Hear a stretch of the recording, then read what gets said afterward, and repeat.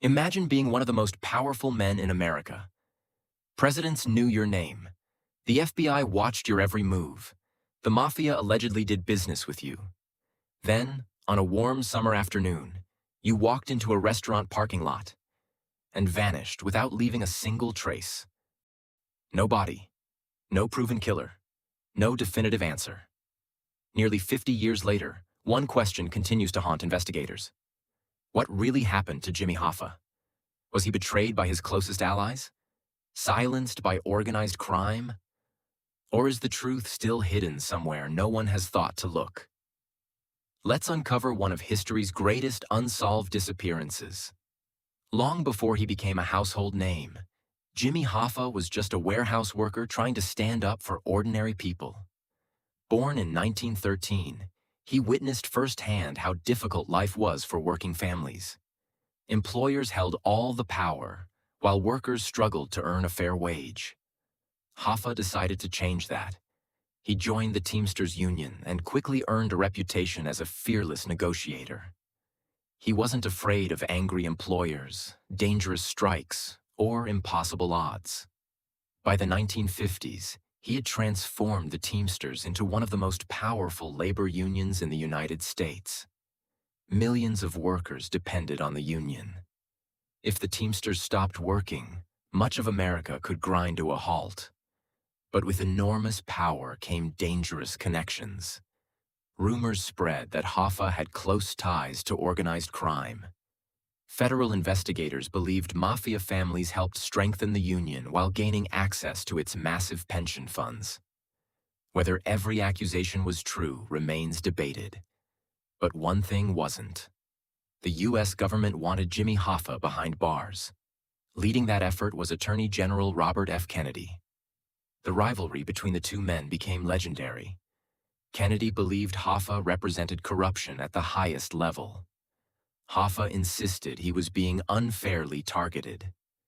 After years of investigations and court battles, Hoffa was convicted of jury tampering and fraud. He entered federal prison in 1967.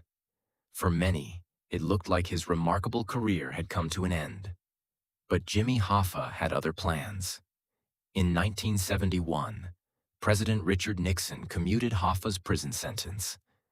Although he was prohibited from participating in union activities for several years, Hoffa desperately wanted to regain control of the Teamsters. There was just one problem. The union had moved on without him. And according to investigators, powerful Mafia figures preferred the new leadership. Hoffa's determination to reclaim his position may have made him a threat to very dangerous people.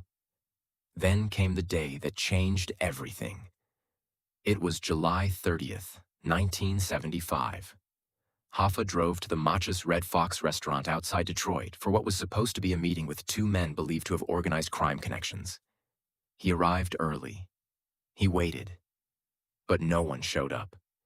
Frustrated, Hoffa called his wife around 2:15 that afternoon. He told her he'd been waiting and didn't understand where everyone was. That was the last confirmed conversation Jimmy Hoffa ever had. Minutes later, he disappeared. His car remained in the parking lot. How does one of the most famous men in America disappear in broad daylight? Investigators immediately launched one of the largest missing person investigations in U.S. history. The leading theory quickly emerged. Hoffa had been murdered. According to numerous investigators and former Mafia members, Hoffa was likely lured into another vehicle by people he trusted before being killed shortly afterward. But if that's true, where is his body? That question has puzzled investigators for decades. Over the years, countless theories have surfaced. Some claimed Hoffa was buried beneath a stadium. Others believed he was hidden under concrete foundations, on remote farms, or even cremated immediately after his death.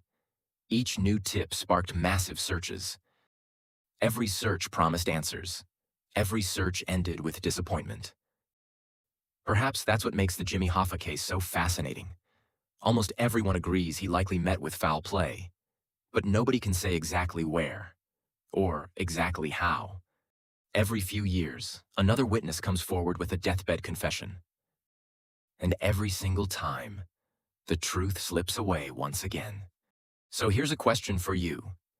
If you had to choose, do you believe Jimmy Hoffa was buried somewhere investigators simply haven't searched yet? Or do you think whoever planned his disappearance ensured that no evidence would ever be found? Let me know your theory in the comments. Maybe the answers disappeared with the people who carried them to their graves. Or maybe one forgotten clue is still waiting to be discovered. And perhaps that's why the disappearance of Jimmy Hoffa continues to captivate the world. Not because we know what happened, but because after all this time, we still don't. The greatest stories aren't the ones with endings.